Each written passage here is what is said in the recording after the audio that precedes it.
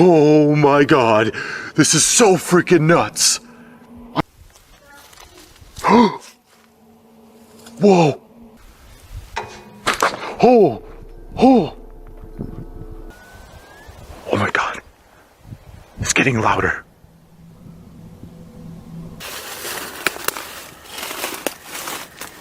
What is that? I don't know. Bigfoot encounters are rarely about seeing a creature clearly. Sometimes it starts with a distant call, a forest suddenly going silent, or footsteps following just beyond the light. But what happens when those sounds begin closing in from every direction? On January 5th, 2026, the Bigfoot Files recorded a solo scouting trip through Icehouse Canyon in California's San Gabriel Mountains. Known for field reports, the channel explores locations where witnesses describe feeling watched. What starts as a hike gradually changes as the canyon grows quieter after nightfall. Did I just find a portal? Look at these right here. There's 3 massive redwoods and then 3 smaller ones right in front of it.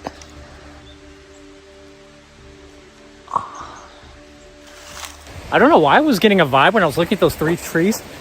There's all this stone structures on the side of this creek down here. There's like a perfectly cut log right there in the middle of the water.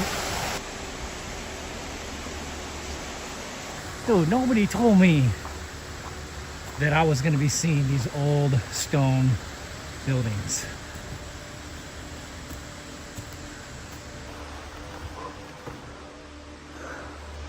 Moon-shaped.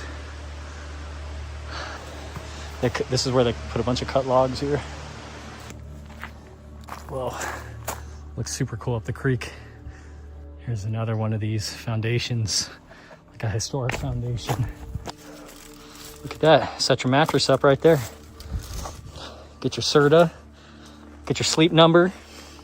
What if at night, like the Sasquatch in the area out here, they come down to these like foundations. They come down to these foundations and they just chill, you know?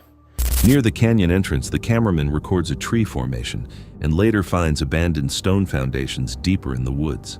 These remains seem less vacant than expected, raising the thought that something might return after dark. That sound echoed all through the canyon right here. Gonna freak out some hikers. Whoop! Whoop! Got real quiet right now. All right, guys, making our way back down. Got a long ways to go, man. I just noticed it is incredibly quiet through here. It made me stop. Close to Icehouse Saddle, a loud unknown sound suddenly carries across the canyon. Short but forceful, it breaks the silence, suggesting a presence powerful enough for its call to travel across the landscape. As he makes his way out, the forest becomes silent. Birds and insects disappear at once. That quiet creates a sense that something is watching him, trailing him down the path. All right, I'm gonna keep moving. I noticed that all I was hearing was the crunching of my feet. So I stopped, and that's when I noticed it was dead quiet.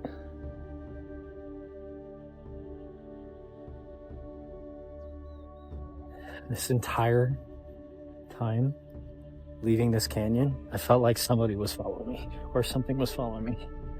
And I didn't turn around right away. I was kind of doing something, and then I turned around and there was nothing there. Moments later, footsteps hit the ground behind him. He turns, but nothing is visible, and the feeling of being followed remains. Some interpret it as wildlife behavior. Others focus on the timing silence and how close it seemed. If something can stay hidden at this distance, how often might it follow without ever showing itself? On November 10th, 2014, Barbara Shoup returned to a forest gifting spot after days of heavy rain.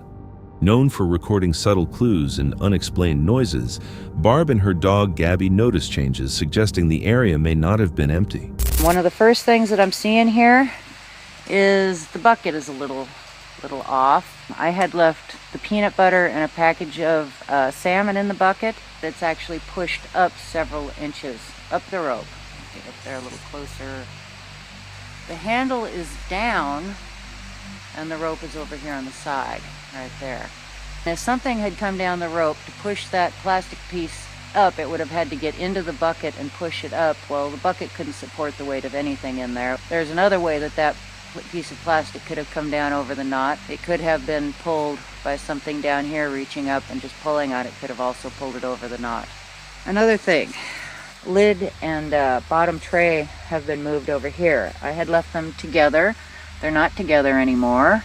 A good sized dent in this one now, and there's actually a hole there, like a bite mark right there. And this edge is cracked right here. We've also got the gourd sitting right here next to them. And at this end, we've got what looks like chew marks. Unfortunately, you can't really see through the dirt very well. Let's see, over here. We had put these sticks here up on the side with this piece of bark to try and, this has been all pulled apart here. The jar that we left Raisin Bran in is empty. We got the jar of jam, no new chew marks. We got the granola and the bacon, also no new chew marks. I have checked the camera. There are no new pictures in it. At the supply spot, Barb examines items left there. Containers remain, but lids have moved and food has been taken without damage. The interaction seems careful rather than messy, raising questions about what handled them. So, you can see it's been chewed on, but it's soft enough and decomposing enough that you can't really say was it bit it or chewed on it. Something I didn't even see on the way down, right here, just kind of clinging to the edge there, is one of our jar rings. All this dirt and moss and everything has been pushed down right here. I'm not seeing a jar anywhere, just the ring. Look at this. Interesting little structure right here. Perfect little X leaning against that tree. Near the creek, Barb discovers a jar ring on a branch and fresh disturbance in the soil. A small X-shaped tree arrangement stands nearby. These signs create the impression of intentional placement instead of coincidence. Barb restores the supplies and leaves more items, treating the location as somewhere still being visited rather than abandoned.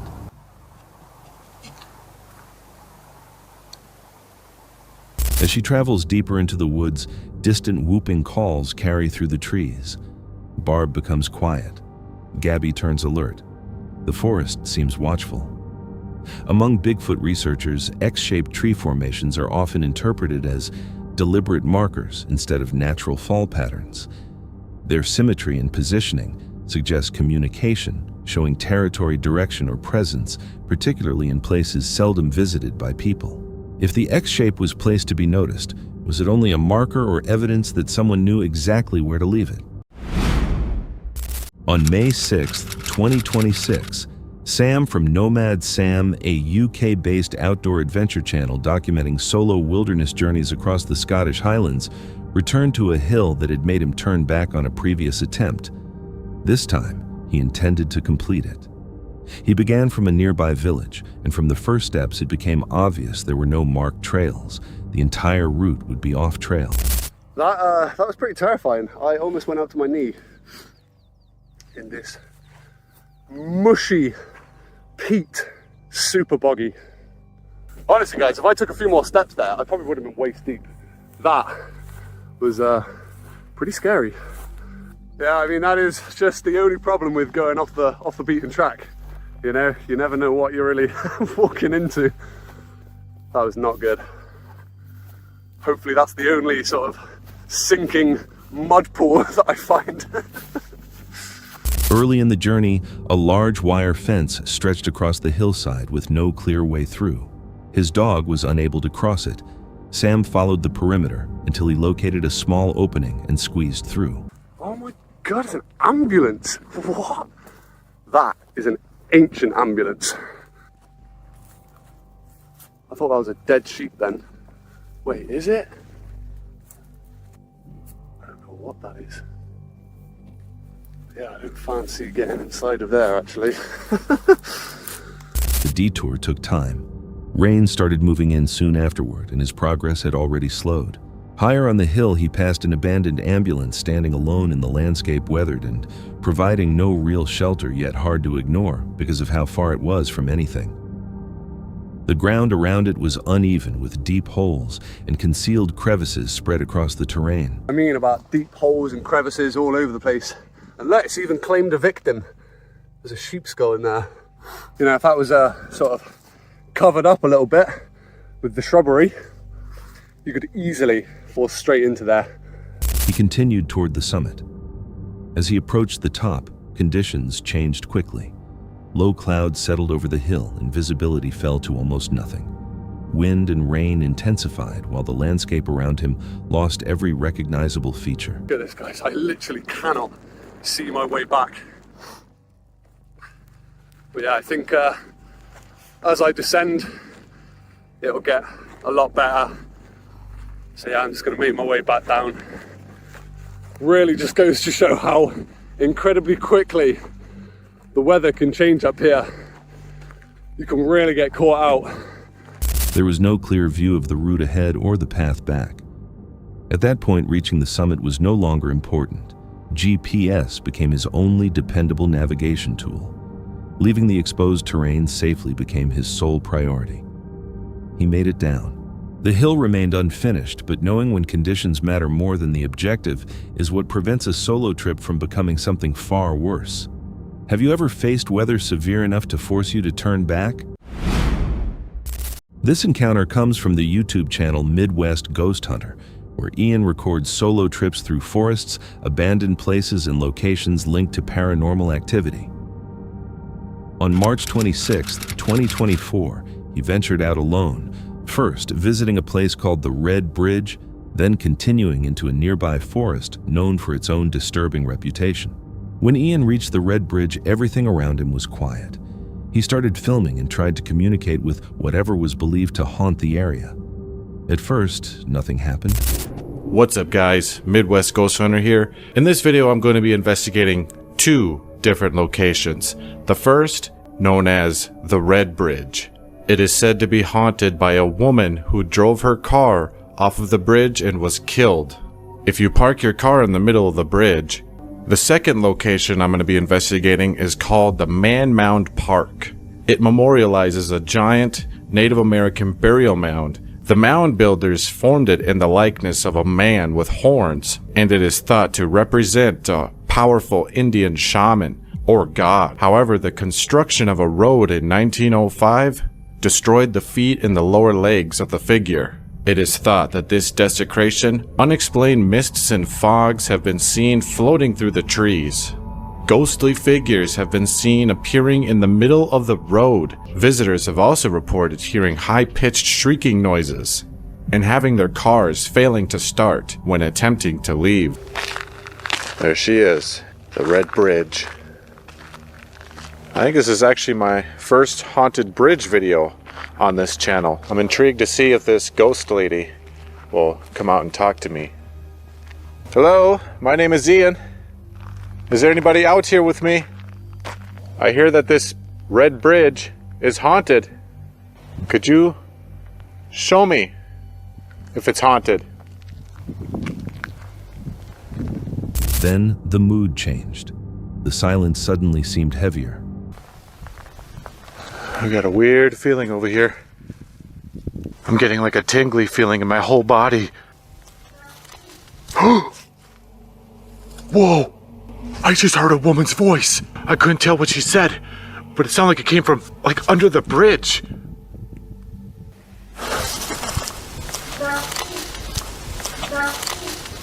Hello there. I heard you loud and clear. Are you underneath this bridge? I'm gonna try to get as far down here as I can. Hello? That's so weird. I wonder why she'd be down here. Oh my god. This is so freaking nuts. I'm literally hearing her voice echoing from down here.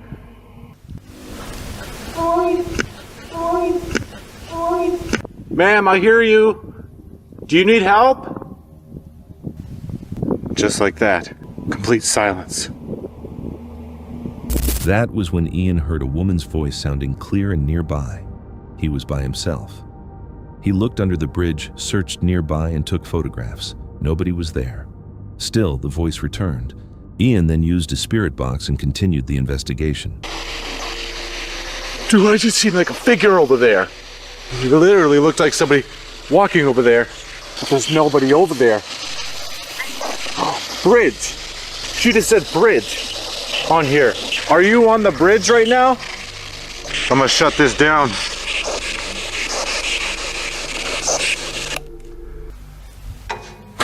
Oh, holy sh! That was loud. Oh God. There's nobody out here. I'm the only one here. I can hear you clanging around over there. Oh, what the f? Oh my God. Okay, I'm freaked out. I'm freaked out. My booster light is dying. I think I had enough of this place. Oh, what the f? Oh my God. Oh God. What the f was that? She literally splashed in the water. Yeah, that's it. I'm good. I'm good. Soon afterward, a sharp metallic crash shattered the quiet. The woman's voice came back, this time seeming to say, "Help." Seconds later, a powerful splash broke through the water below. The voice, the impact, and the splash did not seem random. Together they appeared to form a pattern. Ian left the bridge and continued onward. The forest produced a different kind of unease. Just to make note, there is a farm right next to here. If you hear mooing or other animal sounds, that is where that's coming from. That was a bit different. What the hell was that? Okay, that came from over here. That sounds almost like whistling. I mean, it could be coming from the wind, but I don't know. It sounds strange. Hello? Is there someone over there? I'm gonna go towards it a little bit here.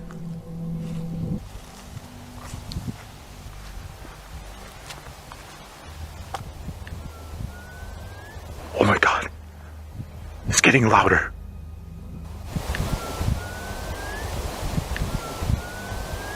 Hello?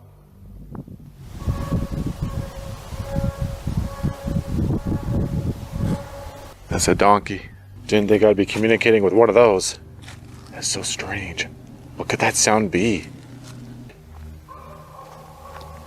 So if I hear those whistling sounds now, I'll know that that wasn't the wind.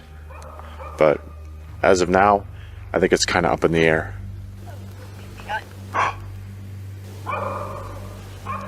Okay, I'm pretty sure I just heard voices. Whistling sounds began moving through the trees, faint at first, but clearer the second time. Low, indistinct murmuring followed with no clear source or direction. There's that whistling. I heard a whistle.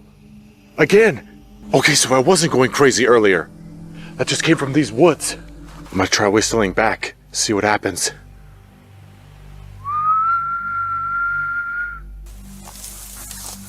Oh God, oh God. Yeah, I kinda knew better. I was warned against whistling in the woods. Oh, do I dare investigate it? Here goes. Oh gosh. I have a bad feeling about doing this. Hello?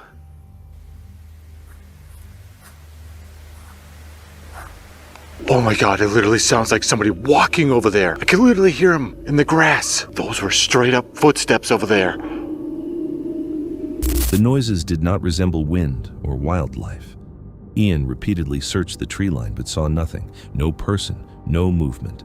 Yet the footsteps he continued hearing seemed to trail him from just outside the reach of his light. I just want you to know I would be angry too. You have every right to be angry. What the? Holy shit. Something just freaking ran right in front of me. Oh God, I nearly pissed myself. I kind of feel like I'm agitating the spirits right now. I don't think it's a good idea for me to stay much longer. Okay, I'm done. I'm done. I'm done. I'm done. I'm out of here. I'm out of here. That's like a high-pitched screech. Although many of our compilations center on threats from people, sometimes nature itself becomes the greatest danger. Snow and Kurt, a nomadic couple traveling through remote areas of Central America in 2021, had difficulty finding safe campsites as pandemic restrictions reduced their choices. I think we're going to go up here to this next beach, Playa Hermosa. Not sure if we're going to be able to stay there or not. And if not, we do have a place where we can come back here in scenario. So we're just going to go out and explore. Rhythm of the road, guys. Rhythm of the road. After spending hours looking for somewhere to stay overnight, they reached Playa Hermosa Resort with high hopes, only to face an unexpected issue. All right, so we got here to Playa Hermosa and we had to do this little river crossing right here to get out to the beach. There's a family here, but other than that, we're out here by ourselves. We have a beautiful view of the ocean and the islands, but I have a little concern. I talked to the guy. He said there's no problem with the tide coming up to the van, but the concern I have is this river is getting higher actually fairly quickly. And so I don't want to get stuck on this island, because if we get an unusual high tide, we're stuck, and I don't want that. I already told Snow I think we're safe on the island. Kind of running out of spots out in this area. So I gotta go talk to Snow and see what we're gonna do. But I just don't feel comfortable staying here. Watching it kind of go up, and it looked like all of a sudden it was going up pretty fast, at kind of an accelerated pace. And look at it, right? And you can see the little island out there right there. And there's water on that side. So we literally would have been stranded on an island just off the coast, 6.8. There hasn't been any tsunamis registered. Was that if something happened, would be stranded out there, big wave or something. Not a smart move. So we're out of here. As the conditions around them started changing, they became increasingly aware of the danger. I guess what we expect. It is rainy season. It's raining. Yeah, so the adventure continues and takes another turn as it starts pouring down rain. So, routine police checkpoint. Still looking for a can spot. Nothing's changed. All right. Realizing the risk, they decided to leave the scenic spot and continued along rough, isolated roads, searching for a safer place. As the night went on, the weather continued to deteriorate. The journey changed again when heavy rain started falling, flooding the roads and making it harder to see. Parked up here at the top of a waterfall, beautiful vista, and all of a sudden it started pouring down rain. Coming down the road that we were in, the waterfall, the whole river started rising. You're not out yet, Curdy. We are not out yet. We got to get out, but I wanted to show you guys what's going on. We are in a river. We are going. Several hours later, when the rain seemed to ease, they found an impressive spot near a waterfall. At first it looked suitable, but the situation changed quickly. The water rose fast, forcing them to react immediately. Darkness and heavy rainfall made visibility worse, and one wrong move could have sent the van into the floodwater or against obstacles hidden below the surface. Once you I need to pull forward and back out, right? I got to look at it, honey. Okay, you want the umbrella? Forward or backwards? Well, I don't know what to do. Would we better just pulling up in there, right in here? Snow, help me, Joe. Okay. Yeah, I don't need suggestions. I need help. You got to look in the mirrors. It's just a short gap on the road before it turns into the road again. You gonna try to back out or turn around? I don't know, hon. I'm Okay, just going. Okay. Oh, fuck, Curdy. I don't know. Help! Don't panic. Help! I'm not. Help! Mirrors. I need. Maybe Don't let me hit it. Don't let me hit it. All right, so you need to turn back your way. Turn back your way. Turn back your way. All right, straight. You got 2 or 3 feet on my side to get around this tree. You got 3 or 4 feet now. You're around the car. I gotta get closer. I'm just killed the tree. Okay. Keep turning. Now back your way. Straight back. You're good. You're good. Straight. Or you can come my way if you need to. All right. Oh, fuck, hurt. Okay, you're gonna pull up on a grass island. You're on a grass island if you, okay. But make sure I don't hit nothing, hon. You're good, you're good. Your way a little, we're getting into the people's yard. Straight. You can go your way a little. Alright, up on the road, up on the road. Even after the worst moment passed, they were still not fully safe. I can't see on your side. I don't have the case to put this away. Stop, stop, stop. Go forward, go forward, go forward. Go forward. Okay, turn left. Just go right up here into these trees and stop. Okay, stop. In case we did anything to the van, we should stop. I need to get up here. I want to get up a little farther forward. If they had stayed only a few minutes longer, they likely would have become trapped with the van overtaken by the sudden flood. Flash floods can develop with almost no warning, especially in coastal or mountainous regions during the rainy season. When traveling through remote places, how can you tell when it is time to leave before the warning signs become life-threatening? In March 2025, the creator of Rob Call Nature traveled to investigate an isolated place marked Viking Tomb on a digital map. With almost no images or details available online, he never expected the strange feeling to start before he had even arrived. He drove until the road ended, but because the location sat deep inside the forest, he had to leave his car behind and continue walking. After hiking for a while, he glanced back and saw several people stopping to take photos of his vehicle. You search on Google Earth.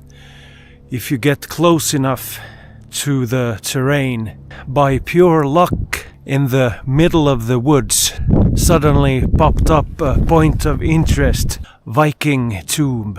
So I clicked on it. Only one picture taken from that. We have to visit. I just parked my car on the closest road to this place.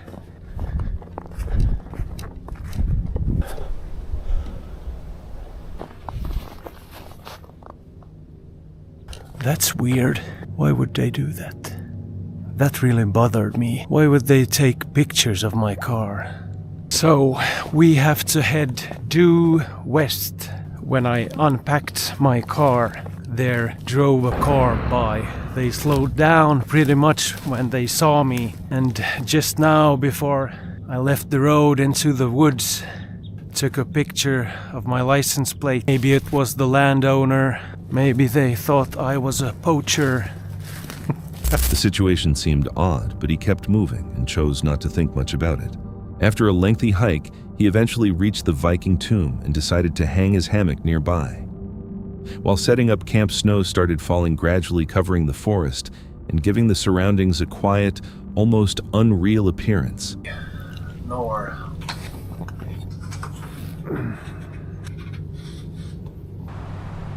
It's 11 o'clock. The wind is really cooling down this shelter, and I've got hand warmers. I just can't seem to get warm, so I'm just laying here. Am I hypothermic? No, but it's really uncomfortably cold. He tried to stay through the night, but conditions continued getting worse. Temperatures fell rapidly and the cold became harder and harder to handle. After thinking it over, he understood that staying was no longer safe. Remaining there through the night would be too dangerous, so he chose to pack up and head back to his car, saving the trip for warmer weather. When he finally arrived at the vehicle, he spotted fresh footprints surrounding it in the snow. The tracks immediately worried him, because snow had been falling. Well, I found her. My princess in shiny armor. Well, someone has been interested in my car. These are not my footprints.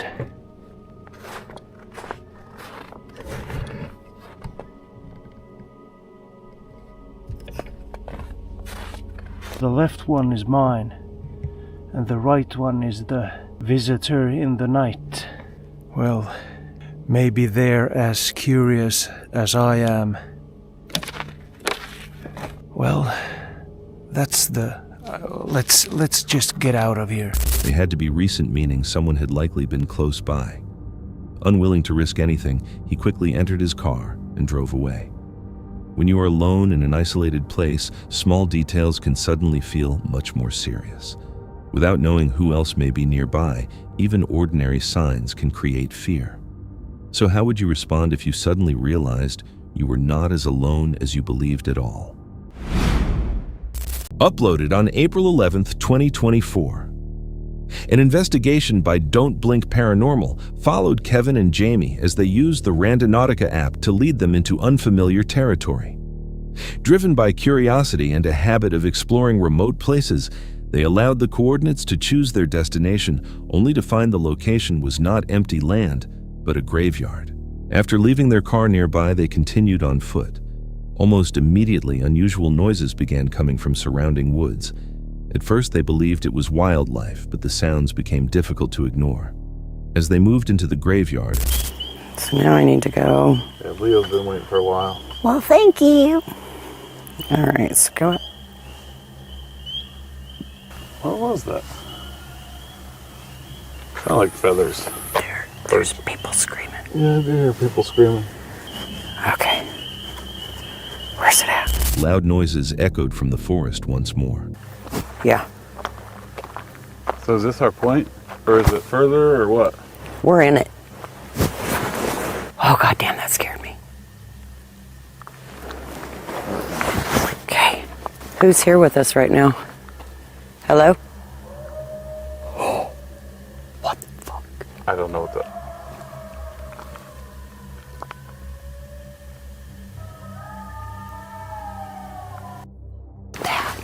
What are you doing?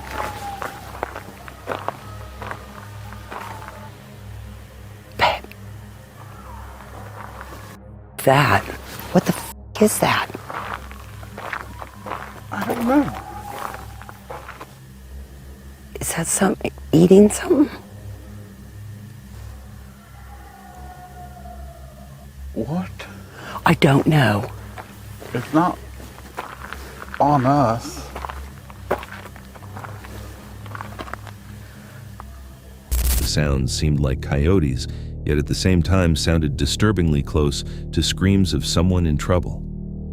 It was hard to know what was happening, but their unease kept growing. Eventually, they chose to leave the graveyard after they stopped feeling safe. Using the app again, they generated another location, but this place also seemed far from ordinary. Do you? Okay. I'm okay with that. What? There's a doll. What? Behind you. Bam. Where? Right there. Is that a doll? What is that? I don't know what you're talking about. It's in the tree. Oh, okay. I see it. What is that? Better not be a doll. It's a fucking doll. That ain't a doll.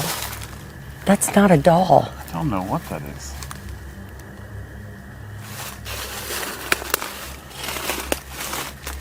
What is that? I don't know. What? What is it? I have no idea what that is. It's a weird looking thing though. Hey, what is that? What is it? It's holding something. What is it on? Oh, hell no. Oh my god. Although the app often leads users to normal places, it sometimes sends people toward locations that feel unsettling. At times, what feels disturbing is not always the place, but what others leave behind, objects positioned in ways that appear deliberate and disturbing. Moments like these raise questions about human behavior in isolated places. In quiet, remote locations, strange sounds and unusual objects can cause fear. When you do not know who else may be nearby, small details can feel far more serious. Would you trust your instincts and leave or stay to look for answers?